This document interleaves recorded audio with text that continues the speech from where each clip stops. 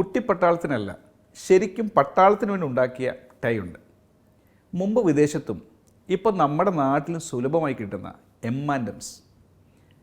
ഈ ബ്രാൻഡ് നിങ്ങൾക്ക് സുപരിചിതമാണെങ്കിലും ഇതിൻ്റെ പിന്നിലെ പട്ടാളക്കഥ അറിയുന്നവർ കുറവായിരിക്കും.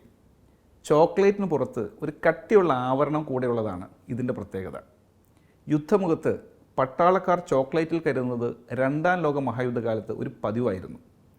ഇൻസ്റ്റൻ്റ് എനർജി ഒറ്റ ബൈറ്റിൽ, ഇതായിരുന്നു അതിന് പിന്നിലെ രഹസ്യം.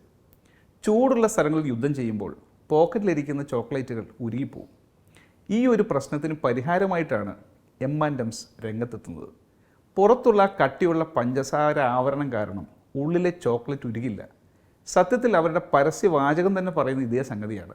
Melts in your mouth, not in your hands. ഓരോ പ്രൊഡക്റ്റും വിൽക്കുന്നത് സൊല്യൂഷൻസ് ആണെന്ന് മാർക്കറ്റിങ്ങിൽ പറയുന്നതിൻ്റെ ഏറ്റവും മികച്ച ഉദാഹരണമാണിത്.